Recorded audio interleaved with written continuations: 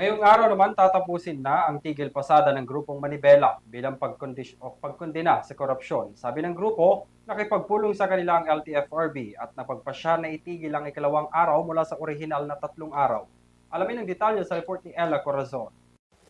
Matapos makipagpulong ng DOTR at LTFRB sa grupong Manibela, napagdesisyonan na nito na itigil na ang 3 araw sanang tigil pasada at kilos protesta laban sa di umani katiwalian sa bansa. Sa ikalawang araw ng isinasagawang transport strike at kilos protesta ng grupong Manibela, inanunsyo nito na tatapusin na ng kanilang grupo ngayong araw ang kanilang aktibidad.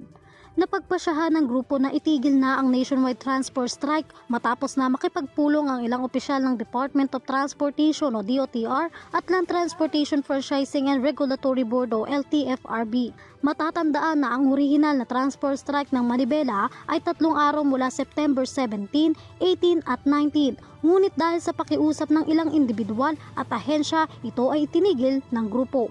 Personal naman na binantayan ni LTFRB Chairperson Atty. Teofilio Guadis III ang sitwasyon ng kaliwat kanan na kilos protesta. Nakipag-ugnayan na rin ito sa mga transport cooperatives, Philippine National Police or PNP at mga local government units or LGUs upang matiyak na walang pasaherong maaantala.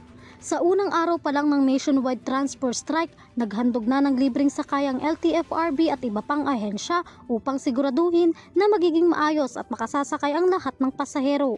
Samantala, balik pasada na ang mga tsuper, back to normal na rin ang mga pampublikong transportasyon sa bansa matapos ang naging pagpupulong. Magugunita na nagsagawa ng kilos protesta ang grupo dahil sa di umano'y malawak ang katiwalian sa bansa at ang panawagang ibalik ang 5 taong prangkisa ng mga traditional jeep.